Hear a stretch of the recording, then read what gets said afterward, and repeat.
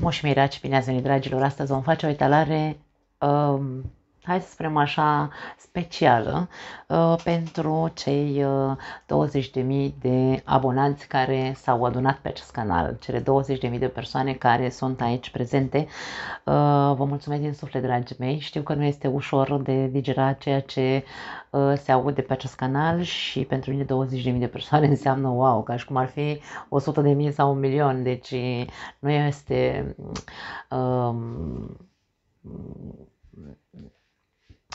pentru unii poate părea foarte puțin 20.000 de persoane pe un canal de YouTube, așa cum sunt foarte multe, hai să le numim, nu știu, canale care au milioane de vizualizări sau milioane de abonați, însă la cum facem noi treabă pe acest canal, aș spune că se poate compara foarte bine. Așadar, în semn de recunoștință de la mine, pentru tine, pentru voi, dragii mei, eu astăzi am hotărât să fac o etalare specială. Această etalare este atemporală, adică pe termen lung sau nu are limită de timp, numește-o cum vrei tu, și va conține 3 mesaje din cărțile de oracol, din oracol, și le vom clarifica una câte una cu acest minunat tarot. Acum, această etalare nu este valabilă doar pentru cei din zodia racului, ci și, bineînțeles, pentru cei care aveți ascendent, luna sau Venus în rac. Deci, dragii mei, vă mulțumesc din suflet, vă iubesc, vă mulțumesc că m-ați primit în viața voastră și să sperăm că o să fim cât mai mulți de acum înainte, 20.000 de persoane deschise la mesaje de genul care se aud pe acest canal. Este foarte, foarte complicat, da? Bun, trecem la treabă. Primul mesaj pentru raci. Trădare, ok. Simțuri ascunse sau tristețe. Cere ajutorul, wow, dragii mei, foarte tare. La capătul cărților avem flow, a curge, a te adapta, a te readapta la prezent, îmi vine să spun. E un fel de acomodare sau adaptare cu să înveți să trăiești cu ceea ce s-a întâmplat. Pentru unii dintre voi, acum, eu nu am de unde să știu cine a trădat aici. Că ai fost tu, că a fost persoana iubită, cea care te-a trădat, voi știți.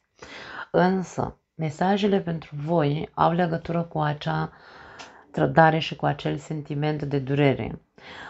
Poate fi această imagine pentru cei care voi ați fost cei care ați trădat. Aici vedem cât de mult te căiești. Deci aici vedem o persoană care suferă în tăcere, cu inima frântă, ca și cum am putut să fac așa ceva. Cum, nu știu, da? Deci aici e un neînțeles, o neacceptare. E păcatul suprem pentru unii dintre voi, pentru cei care voi ați fost cei care v-ați înșelat partenerul, de exemplu, sau l-ați trădat într-un fel sau altul. Trăiți într-o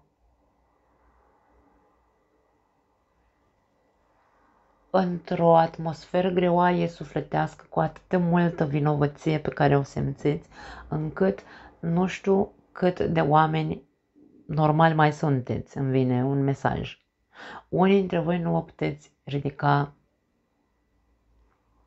să vă mai uitați în ochiul celuilalt.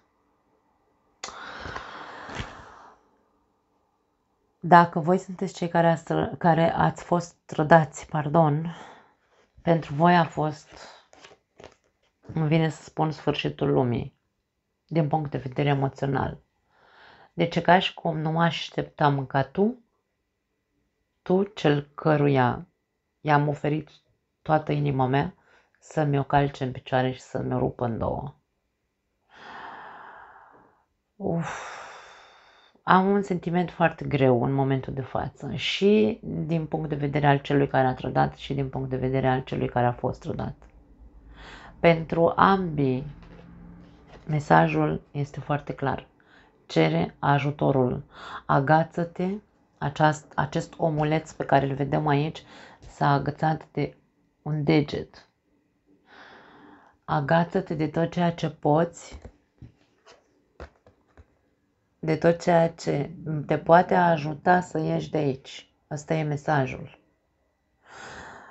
A cere ajutorul poate fi inclusiv vorba despre terapie, inclusiv vorba despre orice alt tip de ajutor, dar tot acel tip de ajutor care să-ți folosească. Nu vorbim despre a merge să vorbești cu un prieten sau cu cineva care doar să te asculte. Nu, tu ai nevoie să te vindeci. Nu-ți folosește la nimic doar să vorbești despre ceea ce s-a întâmplat și să zici ok, este un pas să te deschizi și să vorbești ca să poți să te eliberezi într-un fel sau altul, însă nu se produce vindecarea dacă doar vorbim despre și nu trecem la următorul pas. Cere ajutorul. Mesajele pentru voi sunt foarte grele, a început deja să mă doară capul, vreau să vă anunț. Simt foarte multă tristețe aici și acel sentiment de viață nu mai merită trăită. Pentru unii dintre voi, mare atenție dacă sunteți în prag de la marginea prăpastiei cumva, depresia este probabil foarte profundă. Cereți ajutorul, dragii mei, nu mai stați. Aici, acest mesaj de flow sau de adaptare sau acceptare sau, nu știu, trebuie să înveți să trăiești cu acest lucru, este prezent, vom vedea ce vrea să ne spună acel mesaj. Hai să vedem ce clarificări putem să obținem în legătură cu această trădare. Ce vrea să ne spună, în ce fel te-ai simțit trădat sau în ce fel s-a întâmplat trădarea, indiferent că vorbim despre prima variantă sau a doua. 6 de spade și 2 de monede.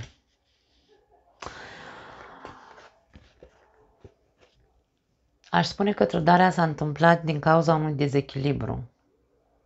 Un dezechilibru emoțional și verbal sau mental.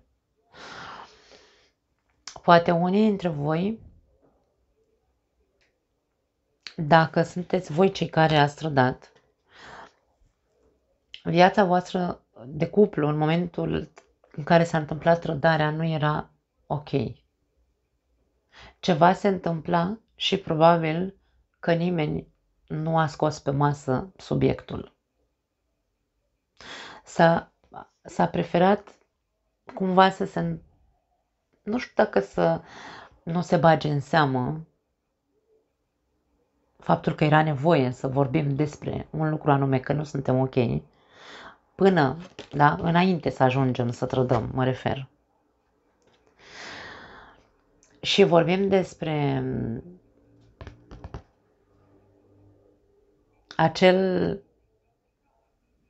acea impresie pe care o avem că lasă că o să rezolvăm noi, lasă că o să ajungem noi la liman. Deci, ideea este că în relația voastră lucrurile nu erau sau nu stăteau, relația nu stătea pe roze, exista un dezechilibru și s-a preferat să nu se bage în seamă, s-a preferat să ziceți, fiecare dintre voi poate, sau poate n-a fost văzut dezechilibrul, nu v-ați dat seama că nu mai era ok ce se întâmpla între voi și ați preferat să ascundeți cumva, las că o să trecem și peste asta, las că o să fie bine, lasă că. Și atunci, trădarea este foarte ușor de făcut. Pentru că atunci când noi nu suntem bine în relație, trebuie să încercăm să înțelegem că așa funcționăm oamenii. Când noi nu suntem bine în relație, de foarte multe ori, viața nu este proastă deloc.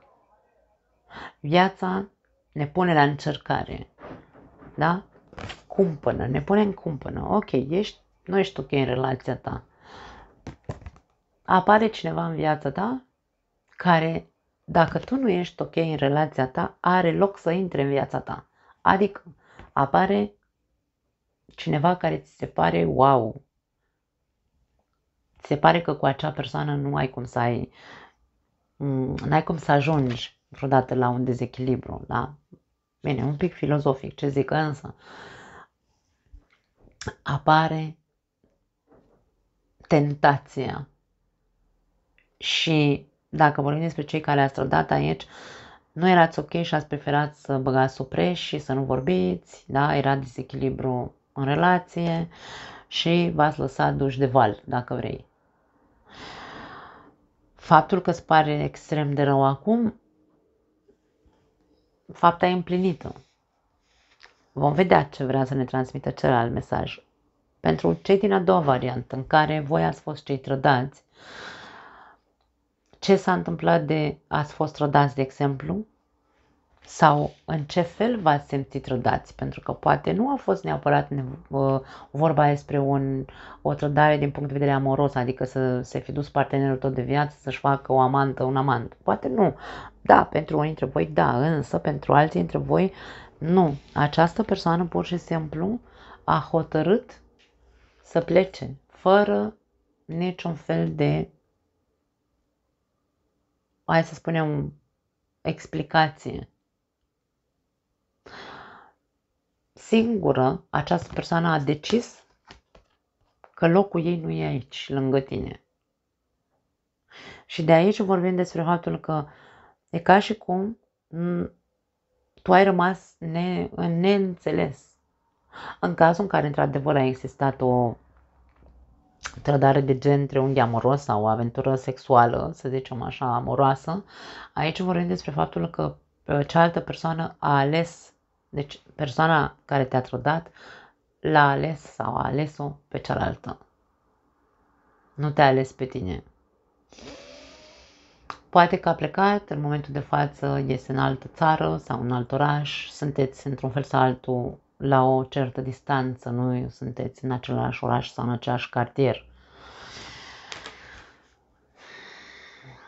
Probabil că durerea a fost mai mare pentru că a ales cealaltă persoană, nu pentru trădarea în sine, îmi vine să spun.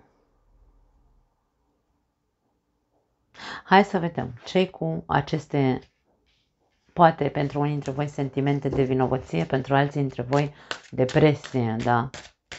Ce vrea să ne spună aceste simțuri ascunse?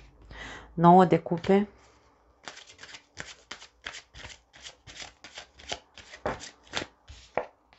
Și rege de bâte. Pentru cei care vă simțiți vinovați pentru că v-ați lăsat duși, da, pentru cei care ați trădat, v-ați lăsat duși de propria, hai să numim așa, validare.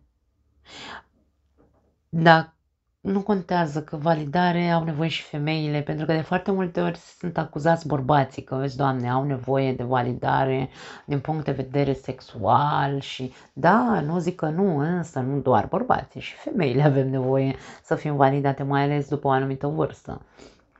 După 45-50 de ani, sau mă rog, între 40 și 50 de ani avem nevoie, pentru că încă suntem tinere, încă ne simțim tinere și avem nevoie să simțim că suntem încă atractive în ochii bărbaților. Și poate că a fost un soi de, nu știu dacă neapărat orgoliu, dar a fost chestia de, în sfârșit simt că cineva mă vede. Pentru că acasă nu erau lucrurile ok, deci vreau să insist că nu vorbim doar despre bărbați. Acasă lucrurile nu erau ok între noi, poate că existau, nu știu, bagaje din trecut care atârnau în relația noastră, bagaje pe care nu le-am discutat, nu le-am rezolvat la timp, s-au strâns și hop, a apărut tentația, m-a validat, m-a făcut să mă simt bărbat, m-a făcut să mă simt femeie și bineînțeles că am căzut. Acum îmi pare extrem de rău, da, normal, acum mă dau cu capul de pereți, însă îmi dau seama ce s-a întâmplat. Nu mă simt absolut deloc bine cu mine, mă simt rușinată de tot ceea ce am făcut. Mesajele sunt astea. În cazul în care tu ești partenerul racului, care te-a trădat și asculți această etalare, și tu nu îl mai recunoști pentru că nu mai este persoana care era înainte, să știi că suferă foarte mult. Nu e mândru de ce a făcut. Ok, dacă încă mai sunteți împreună. Dacă tu ești cel care ai fost trădat, această persoană care a ales, probabil cealaltă persoană sau a ales să te părăsească pur și simplu, ți-a rupt inima în două pentru că s-a ales pe el. Aici avem imaginea mândriei, dar nu mândriei, iubirii, acele iubiri de sine. 9 de cupe este cartea autostimei, este o persoană foarte, nu neapărat înfumurată, aș spune, ci hai să o numim egoistă dacă vrei. Întotdeauna s-a gândit doar la dorințele lui emoționale, dorințele ei, pardon, da? Persoana asta, ea. S-a gândit doar la binele propriu, doar la intensitatea emoțională de care avea nevoie, nu s-a gândit la celălalt, s-a pus pe el pe piedestal întotdeauna, s-a pus pe el pe primul loc. Da? Așadar, tu trebuie să înțelegi că această persoană ți-a rupt inima nu pentru că ar fi fost o persoană atentă, ci pentru că nu i-a păsat decât de binele propriu. Încearcă să înțelegi și să scoți capul din depresie, pentru că aici vedem cum ești pe pragul, cum se spune, prăpăstiei, cum am zis mai devreme, prăpastiei, nu știu cum e corect în românește. Da? Așadar, mesajul pentru voi este nu te mai întreba de ce sau cum a fost capabilă persoana asta să-mi facă așa ceva. Este orice om egoist care se gândește doar la propriile trăiri și la propria fericire, este o persoană care nu se gândește la celălalt. Nu te mai întreba constant de ce, de ce, de ce. Cere ajutorul. Hai să vedem ce tip de ajutor trebuie să cereți. Să iau o gură de apă, că văd că mațele mele au început să facă urât.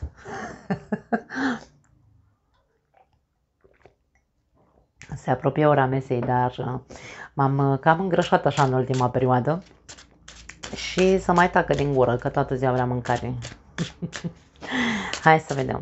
Ce tip de ajutor este cel mai bun pentru tine sau unde să cere ajutor, de ce nu? Să vedem ce vor să ne spună cărțile.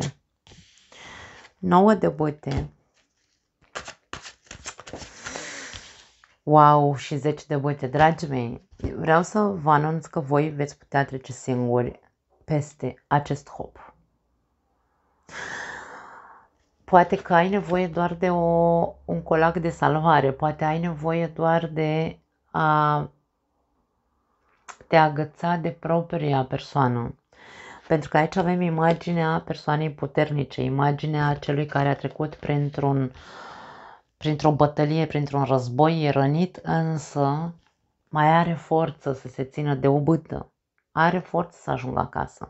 Are forță să ajungă acasă. Avem aici orașul 9 și 10 de bâte. Mai ai puțin să treci peste. Îmi vine să spun, ajutorul vine de la tine dacă tu te lași convins sau dacă tu crezi cu adevărat în tine, dacă tu îți induci, îmi vine să spun, să-ți induci, taci din gură. Îmi cer scuze, dragii mei. Da, sper să nu vă deranjeze foarte tare mațele mele. Să îți induci singur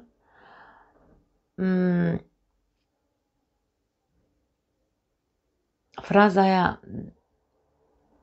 dacă nu te-a omorât lucrul ăsta,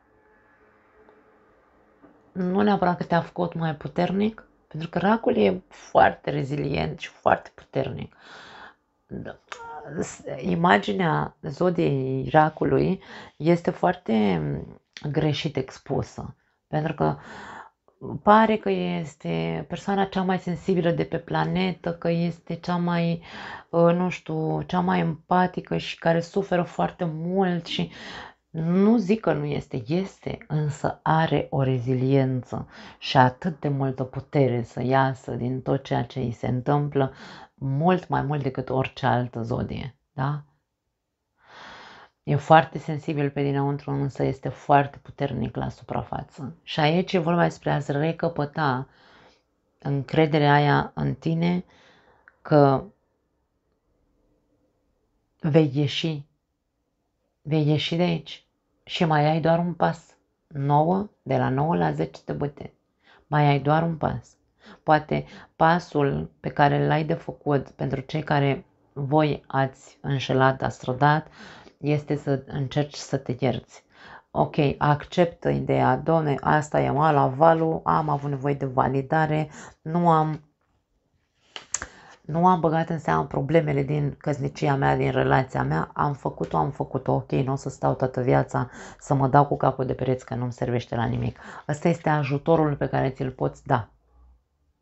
Pentru cei care ați fost rădați, ok, în momentul în care tu conștientizezi când persoana asta a ales-o pe cealaltă sau pur și simplu te-a părăsit pentru că așa a vrut mușchiul lui, că a vrut să trăiască mușchiul ei, să trăiască după cum simțea inima ei, la ce să te mai întrebi de ce? Cum a putut să facă așa ceva? Acceptă că ai avut parte de o persoană jucătoare, să spunem așa, care și-a văzut propriul interes emoțional întotdeauna, a fost cea mai importantă persoană din viața ei, nu a dat într-un fel sau altul prea mulți bani pe tine sau pe relația care a avut-o cu tine ca să poți să depășești, ca să găsești puterea în tine în care să zici ducă-se, nu mă interesează să mai stau să plâng și să mă întreb de ce. E ca și cum descarcă-te de tot. Doar tu te poți descărca de tot.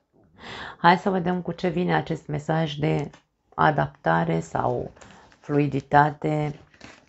Să vedem la ce se referă. Ce tip de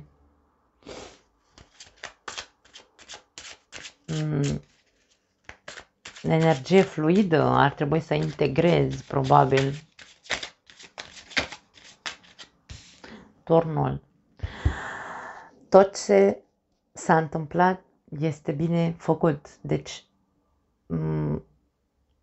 tot ce s-a stricat, stricat rămâne. Nu se mai poate repara. E vorba despre a ne trezi și a înțelege scenariul exact așa cum a fost. Nu mai putem să mergem înapoi în trecut să reparăm. Sau nu putem să mergem în trecut să zicem nu fac. Da? Văd la timp și nu fac. Ok, nu ai văzut la timp, nu a fost, nu contează. Nu mai contează. Turnul vine și spune basta, gata. Ce a fost, a fost. Îngroapă-l într-un fel sau altul. Îngroapă povestea. Turnul e trezire. Turnul e ca și cum trezește-te. Trezește-te că nu mai are sens într-un fel sau altul. E acceptare. Turnul ne vorbește despre multe lucruri, însă eu asta simt să transmit aici. 4 de spade. Aici e ca și cum, ok, înțelege că nu te mai poți consuma sau nu-ți mai poți consuma toată energia, atât mentală cât și emoțională, în ceea ce s-a întâmplat. Învață să treci peste flow, a curge, a trece peste, învață să introduci această energie. Învață să zici, ok, nu mai vreau. Nu mai vreau să rămân acolo. Trebuie să accept ce a fost, asta e. Foarte tare. Uf! Mă duc să iau și o pastilă că mă doare capul. Dragii mei, foarte, foarte, foarte greoaie aceste talare. Sentimentele mele sunt foarte apăsătoare. Așa că